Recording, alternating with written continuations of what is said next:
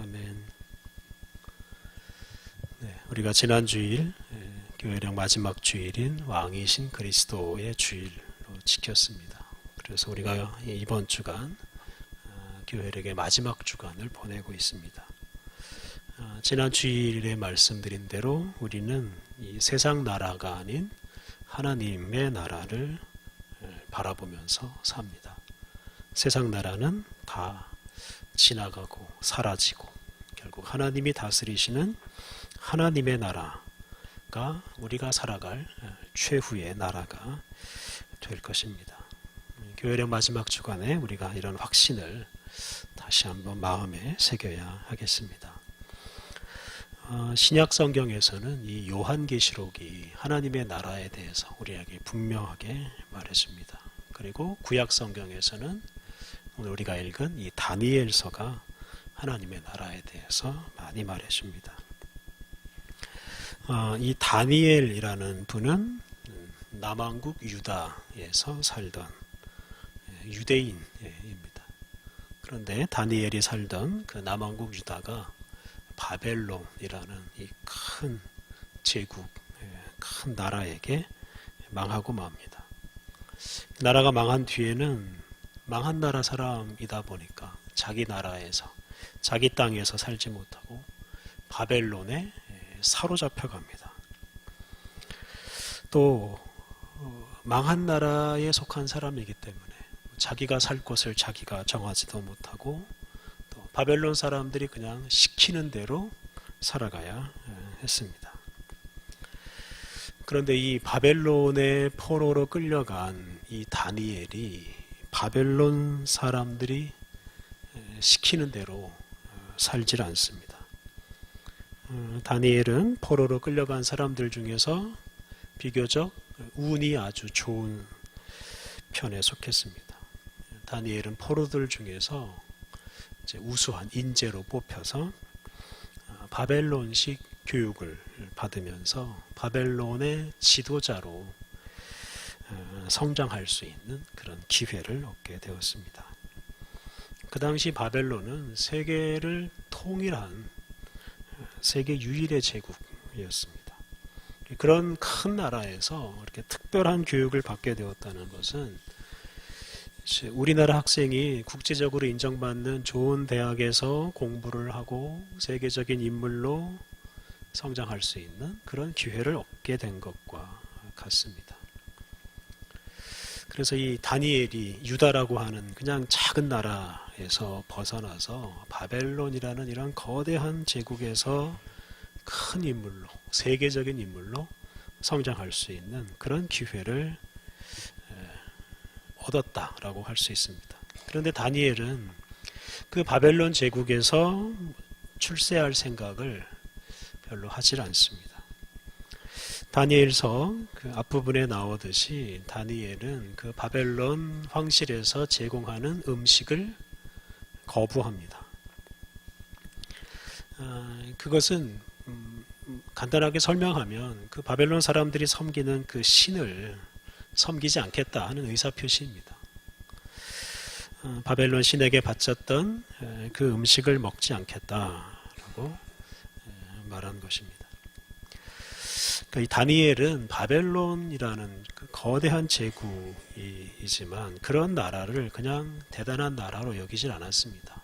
유다를 무너뜨리고 또 온 세계를 통일한 당대의 최고의 나라였지만 다니엘의 눈에는 그냥 얼마 안 있으면 사라져버릴 하찮은 나라에 불과했습니다. 그래서 다니엘은 바벨론에서 출세하고자 하는 마음을 앞세우지 않았고 자기는 하나님의 백성이라는 이 사실을, 이 정체성을 지키기 위해서 노력했습니다. 그래서 이 다니엘은 바벨론 제국보다 하나님의 나라를 앞세우면서 살았습니다. 이 바벨론은 얼마 지나지 않아서 망합니다. 그리고 페르시아라는 이 바사라고 하는 더 강한 나라가 등장해서 이 바벨론 제국을 무너뜨렸습니다. 또 시간이 지나면 바벨론을 무너뜨린 페르시아도 또 망합니다. 그리스라는 더 큰 나라가 등장해서 해서 페르시아를 멸망시키고 그리스는 또 로마에게 또 망하고 맙니다. 이렇게 세상 나라는 다 망합니다. 아무리 강한 나라라고 하더라도 결국 망합니다. 우리 시대에도 망할 것 같지 않은 나라들이 있습니다. 그런데 그런 나라들도 다 망하게 되어 있습니다. 미국이나 중국이나 러시아나 이런 강대국들 반드시 망하게 되어 있습니다. 그것은 성경이 말하는 것이고 또 인류 역사가 증명하는 것입니다. 바벨론이 망한 뒤에 다니엘은 이 페르시아 제국에서도 아주 좋은 기회를 얻습니다. 다니엘은 하나님이 주신 그 지혜 덕분에 페르시아에서 총리라는 아주 높은 자리까지 올라갑니다. 그런데 언제나 그렇듯이 이 다니엘의 관심은 페르시아 제국의 충성스러운 국민이 되거나 페르시아에서 출세하는 것 이런 것이 아닙니다. 다니엘은 자기가 하나님의 백성이라는 사실을 가장 중요하게 여깁니다. 그래서 그 다니엘이 총리를 할 때 페르시아 황제가 아닌 다른 존재를 결코 섬기지 말라 이런 명령이 내려졌을 때 그냥 그 명령을 아주 가볍게 어깁니다. 명령을 어기면 사자굴에 집어넣는다 이런 규정이 있음에도 불구하고 다니엘은 그냥 개의치 않고 자기가 늘 하던 대로 하루에 3번 하나님 앞에서 하나님께 기도했습니다. 그러니까 그 거대 제국 페르시아의 황제라도 다니엘에게는 그냥 평범한 한 사람일 뿐입니다. 다니엘은 그러한 사람을 두려워하지 않았고 그런 사람의 말을 따르지 않았습니다. 그러니까 다니엘은 바벨론 황제의 말이나 페르시아 황제의 말을 들을 때 그 말이 하나님의 말씀에 위배되지 않으면 따르고 위배되면 따르지 않았습니다. 이렇게 다니엘은 하나님 나라 백성으로서 하나님께만 충성하며 살았던 사람입니다. 오늘 우리가 다니엘의 기도를 묵상하는데요. 이 기도에도 이렇게 하나님의 나라, 하나님을 앞세우는 다니엘의 마음을 읽을 수가 있습니다. 오늘 본문이 포함된 이 다니엘 9장 이 전체에는 다니엘이 기도를 드리고 그 기도에 대한 응답을 받는 이야기입니다. 9장 1절과 2절에 나오는 대로 다니엘은 이 기도를 드린 후에 선지자 예레미야가 예루살렘의 황폐함이 70년 만에 그칠 것이다 라고 하는 그 예언한 그 말의 의미를 깨닫게 됩니다.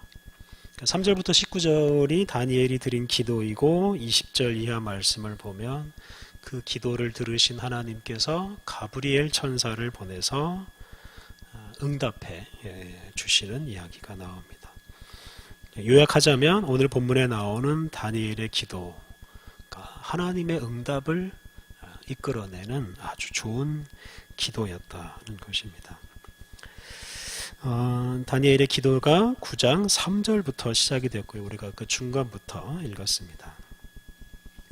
이 다니엘 시대에는 그 남왕국 유다 사람들이 바벨론 포로 생활에서 해방되고 그래서 고국으로 다시 돌아갑니다. 그리고 이제 고국에서 예루살렘 성전을 다시 짓고 이제는 우리에게 새로운 시대가 올 거다 이렇게 부푼 꿈에 사로잡혀서 살아가고 있었습니다. 그런데 그들이 기대하는 그런 새로운 시대가 오질 않았습니다. 우리가 에스라, 느헤미야 이런 성경을 보면 알 수 있듯이 성전을 짓는 것도 참 어려웠고 성전을 짓고 나서도 힘든 일들이 참 많이 일어났습니다. 다니엘이 이제 예루살렘에서 일어나는 그런 고통스러운 현실을 보면서 이것은 자기를 포함한 우리 민족의 죄악이다 라고 생각하고 그래서 하나님께 이 민족을 대표해서 회개하는 기도를 드립니다. 그게 이제 기도의 시작입니다. 3절의 표현처럼 금식하며 베옷을 입고 재를 덮어쓰고 이렇게 다니엘이 기도를 시작합니다. 다니엘은 이스라엘 민족이 하나님 앞에 범죄했고 하나님 말씀을 듣지 않음으로써 나라가 망하고 백성들은 고통을 겪고 있다라고 고백을 합니다. 그러니까 이 다니엘의 그 당시 상황 인식은 아주 단순합니다. 그러니까 하나님의 백성들이 하나님께 범죄했기 때문에 다른 나라의 침략을 받아서 망했고 그래서 고통을 겪고 있다라고 인식하고 있는 겁니다. 그러니까 남왕국 유다의 국력이 약해서 망한 것도 아니고 바벨론, 페르시아, 그리스 같은 이런 제국의 국력이 강해서 유다가 망한 것도 아니고 독립을 하지 못하는 것도 아니다라고 생각한 겁니다. 그러니까 하나님의 백성이 하나님께 신실하지 못했기 때문에 그들이 망하고 고난을 겪고 있다라고 하는 것입니다. 이렇게 그 나라가 망한 요인을 찾기 때문에 그 해결책도 다를 수밖에 없습니다. 우리 민족이 일본에게 망했을 때 많은 사람들이 나라를 찾기 위해서 독립운동을 했습니다. 어떤 사람들은 무장투쟁까지 했습니다. 나라 잃은 백성으로서 당연히 해야 할 일들입니다. 그런데 다니엘은 어떤 그런 독립운동을 일으키고 독립운동의 성공을 구하지 않았습니다. 다니엘은 유다를 멸망시킨 그 제국의 멸망을 구하지도 않았습니다. 다니엘이 구한 것은 9절 우리가 읽은 말씀 처음 시작하는 대로 하나님의 용서와 긍휼이었습니다. 그러니까 다니엘은 자기 민족의 죄를 하나님 앞에 고백하고 하나님의 용서와 긍휼을 구했습니다. 그러니까 하나님께서 용서해 주시고 긍휼을 베풀어 주시면 우리 나라가 회복된다 라고 확신하였다는 말입니다. 하나님의 백성들이 범죄해서 그에 대한 벌을 받아야 마땅하지만 그 벌을 다 받다 보면 그 하나님의 백성들이 세상에서 다 사라져 버릴 수도 있습니다.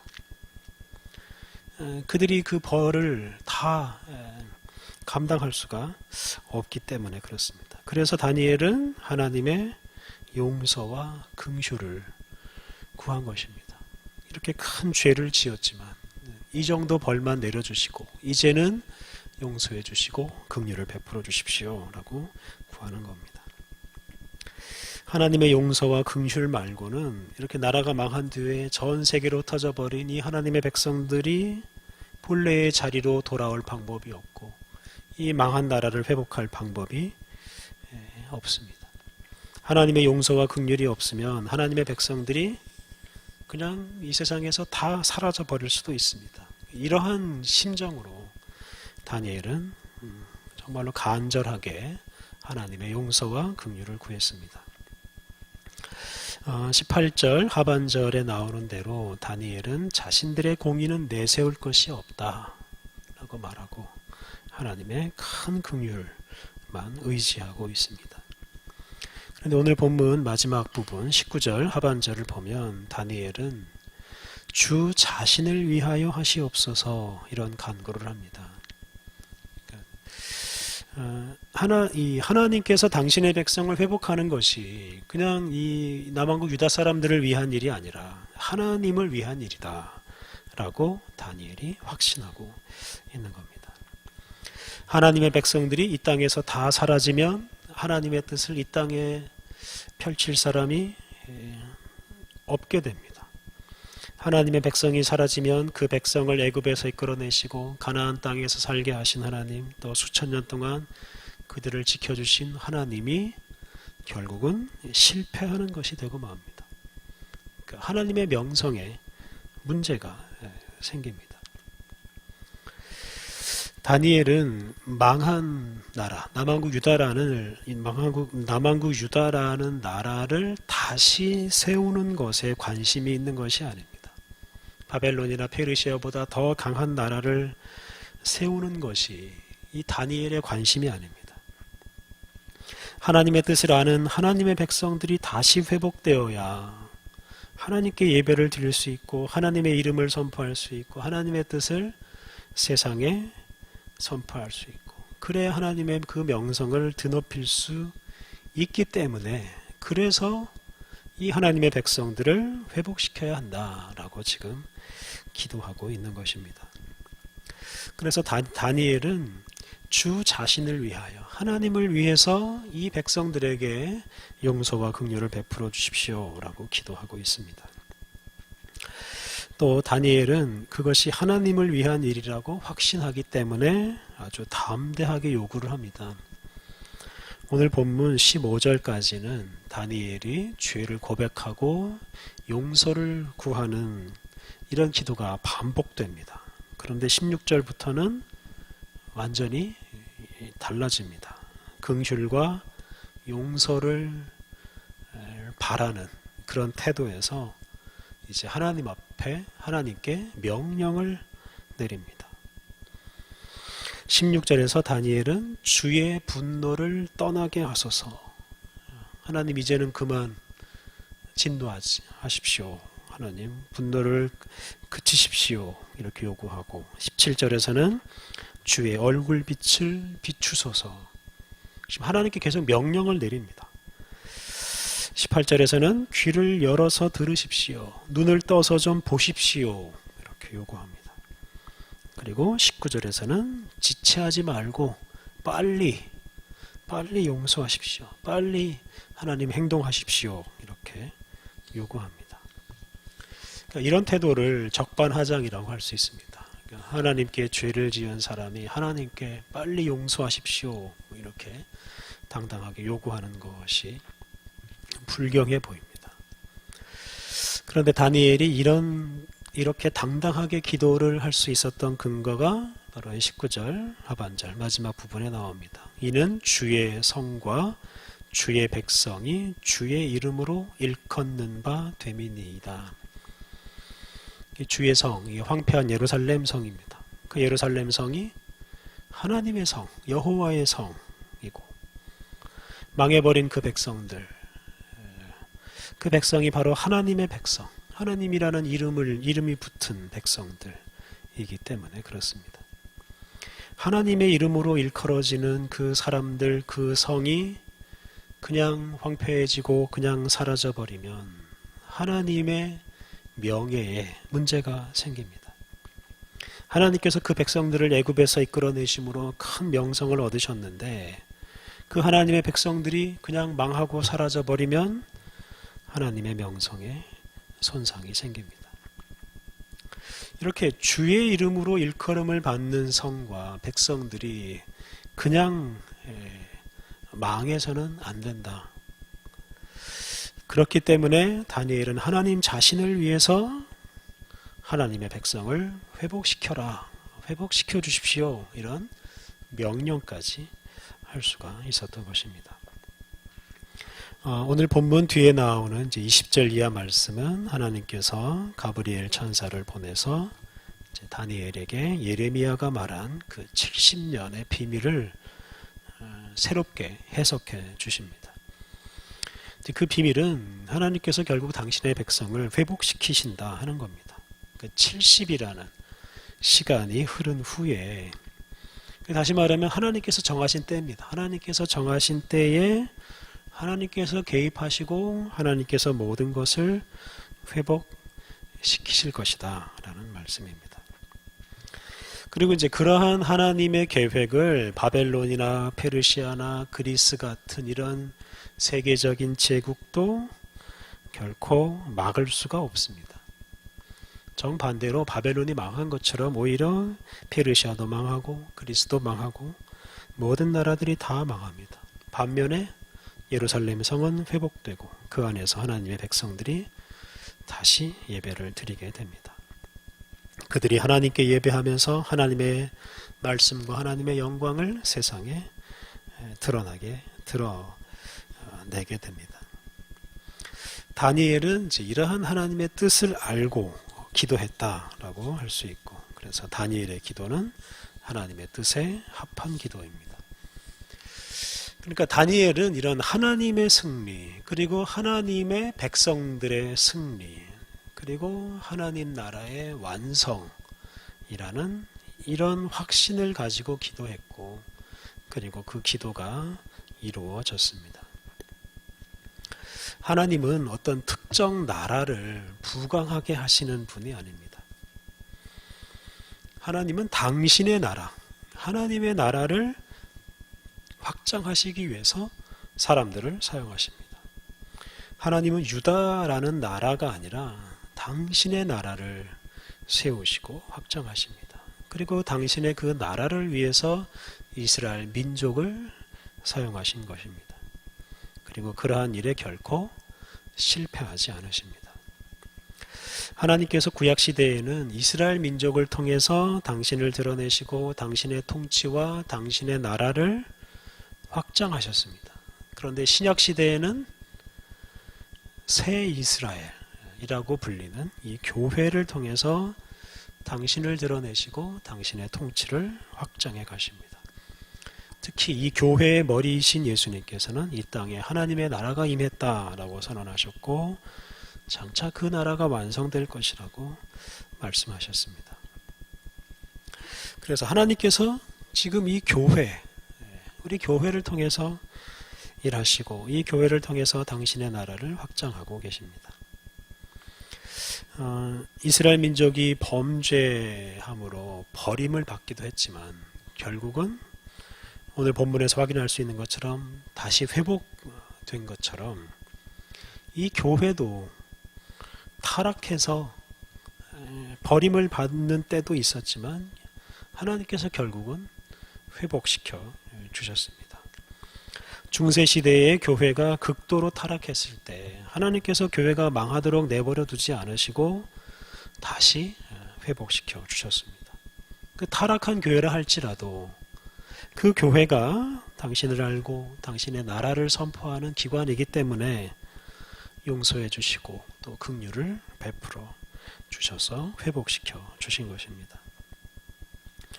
오늘날 우리 한국교회가 이 다니엘 시대의 황폐한 예루살렘 성과 같다고도 할 수 있습니다. 8, 90년대 부흥기가 이제 다 지나가고 교회가 점점 쇠퇴하고 있습니다. 교회 학교가 하나둘씩 무너지고 있고 성도의 수가 계속 감소하고 있습니다. 게다가 교회가 사회로부터 여러 가지 비난도 받고 있습니다.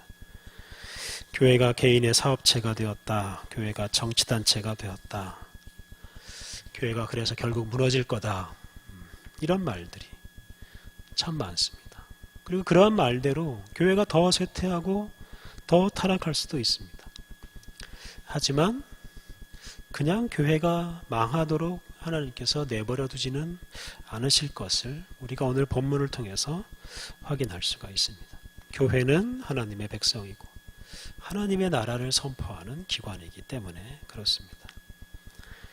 하나님께서 바벨론에게 망한 이스라엘 민족을 다시 회복시키신 것처럼 교회도 회복시키시고 교회를 새롭게 하실 것입니다. 그런데 이것은 단지 교회를 위해서 하시는 일이 아니라 하나님 자신을 위해서 하시는 일입니다. 당신의 나라를 선포하시고 당신의 나라를 확장하시기 위해서 하시는 일입니다.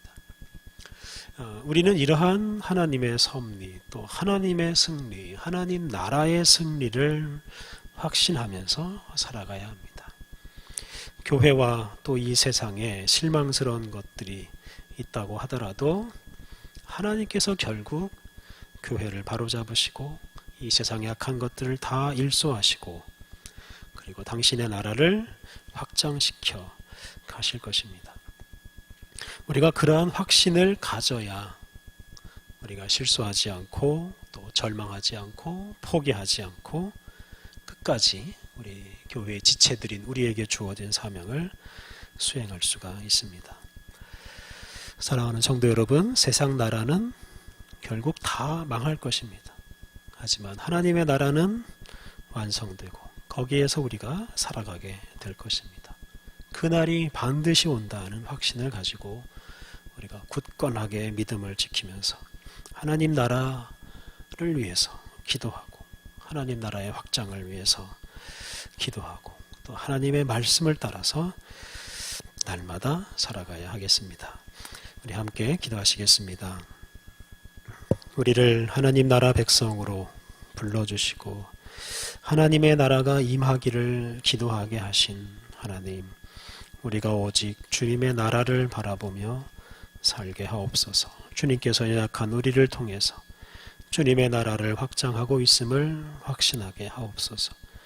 주님은 결코 실패하지 않으시고 마침내 예수 그리스도를 통해 주님의 나라를 완성하실 것입니다. 그러므로 우리가 포기하거나 절망하지 않게 하옵소서. 최후 승리를 확신하고 오직 주님께만 충성하고 주님의 말씀에만 순종하게 하옵소서. 그리하여 주님의 영광을 드러내고 주님의 나라를 선포하며 살게 하옵소서.